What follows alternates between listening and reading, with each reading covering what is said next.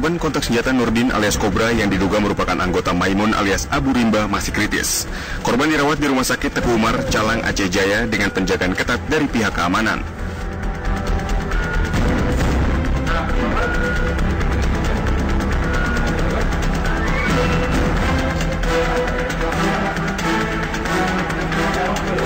Sementara itu pihak Rumah Sakit Teguh Umar mengatakan korban luka tembak harus dirujuk ke rumah sakit besar karena luka tembak tak bisa ditangani di rumah sakit ini.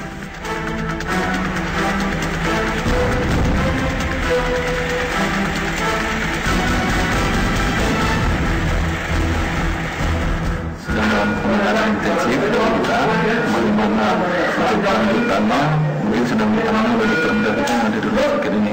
Mungkin segera ini akan dilakukan rujukan rumah sakit Merak yang terdekat karena ahli ortopedinya masih di sini. Jadi untuk penanganan awal itu alhamdulillah sedikit clear, sesuai dengan protokol yang ada di rumah sakit. Jadi untuk kita penanganan selanjutnya menghentikan mungkin selanjutnya sudah bersama dengan baik.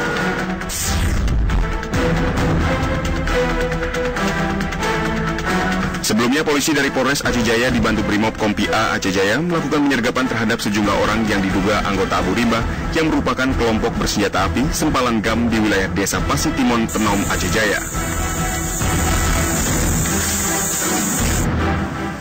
Polisi memperketat penjagaan di sejumlah titik, termasuk memeriksa sejumlah kendaraan yang melintas untuk mempersempit ruang gerak kelompok bersenjata Abu Rimba.